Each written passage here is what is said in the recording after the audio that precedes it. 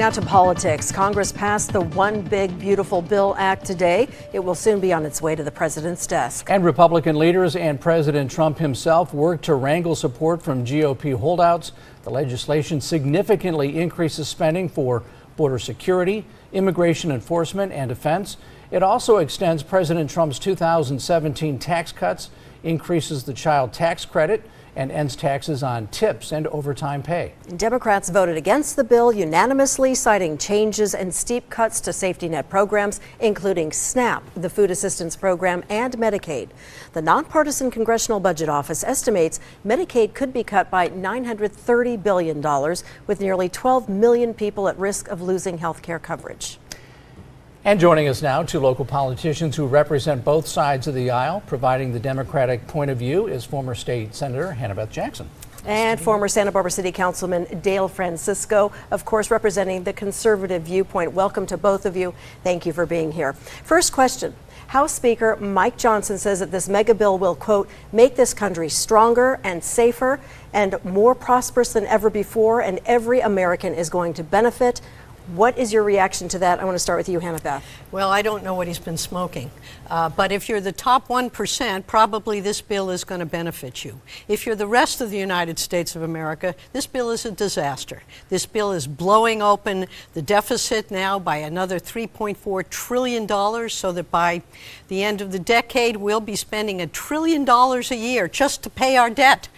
Doesn't go for anything other than paying our debt. When it comes to things like health care for Americans, this bill essentially decimates the Medicare program, the Medicaid program that's going to put 12 to 16 million people out of the opportunity to get health care when they need it. What does that mean? Well, it means that hospitals are going to close. It means that nursing homes are going to close. It means that people are not going to be able to access the health care they need. And for those of us who are able to buy health care, it's going to be more expensive because someone's going to have to pay for the fact that these people don't have access to care and are going to end up in emergency rooms, aren't going to get the care when they need it to prevent from being in emergency rooms. I don't know who this is helping. And of course, then we have the SNAP program. Food for 7 million people is going to be denied or made less available, 2 million of whom are children. Our veterans, our seniors, they are going to be denied access. Where is this money going that they're saving from these programs? It's going for tax cuts to the rich. Okay. Dale? Well, I see it a little bit differently. And I would agree with Speaker Johnson that it will make the country more prosperous and stronger. We were talking about, when we're talking about the increases to the defense budget and also the continuation of the tax cuts from the first Trump administration. Now, Democrats always say, it's tax cuts for the rich. Well, the reality is the federal income tax, that's the only tax we're talking about here. And the bottom half of income earners in the United States pay 3% of the total revenue for the federal income tax. The top half pay 97%. So it's really hard to do tax cuts without benefiting people in the upper portion of income earners. In fact, the top 1%, the evil 1%, they contribute 40% of all federal income tax revenue. So obviously tax cuts are going to be beneficial to people who are paying taxes, not to the people who don't. As far as cuts to Medicaid and SNAP are concerned, they're mostly conjectural. Medicaid and SNAP have grown enormously in the past 10 years. And in typical Democratic Party style, what we're talking about here is not actual cuts, but maybe a slight slowdown in the increases. 21 million people now are under the Medicaid program, which originally was designed for impoverished pregnant women and disabled people. 21% of the people in the United States are receiving Medicaid coverage. We owe that to Obamacare. And as far as SNAP is concerned, that is one of the most fraud-riddled government programs. And again, 12% of the American population is now on food stamps. Okay, I guess we can continue this another time. We're going to go to the second question. Yeah, so the mega bill is nearly 900 pages, contains sprawling tax breaks and massive funds for national defense and deportations. What's your reaction to that?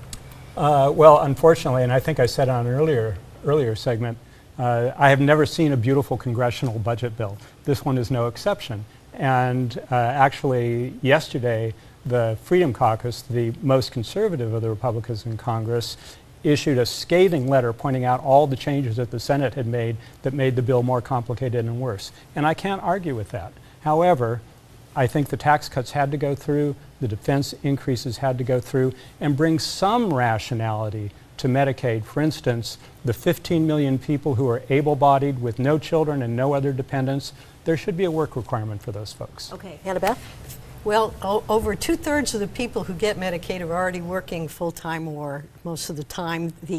Those who don't work are usually caregivers or students or others who themselves are disabled. The fact of the matter is that the top 1% have 80% of the income. So the fact that we're giving them tax relief when they have the most, they should be giving more, not less. And so the notion that this bill is going to benefit people, again, it's only benefiting the wealthy. It's tax cuts to the wealthy. It's going to reduce the opportunity to create more renewable energy so that we can start fighting these fires better that we start seeing now year-round because of climate change. It's taking away all those benefits, the income, or I should say the tax benefits that were given so that we'd see a growth in those industries. We're going to lose 800,000 jobs because we're going to start now giving money to the oil and natural gas industry. When you talk about deportation, when you see what's going on in this country that most Americans do not approve of, what this budget does is it increases their budgets by 800%. We're going to be seeing these jackboots around more and more. The American people don't like it. It's contrary to American values, and I think it's an embarrassment and a disgrace to this country. All right, to be continued. Hannah-Beth Thank you Jackson, both. Dale Francisco, thank you you both again. for Yeah. joining us again this evening. Thank you. Pleasure.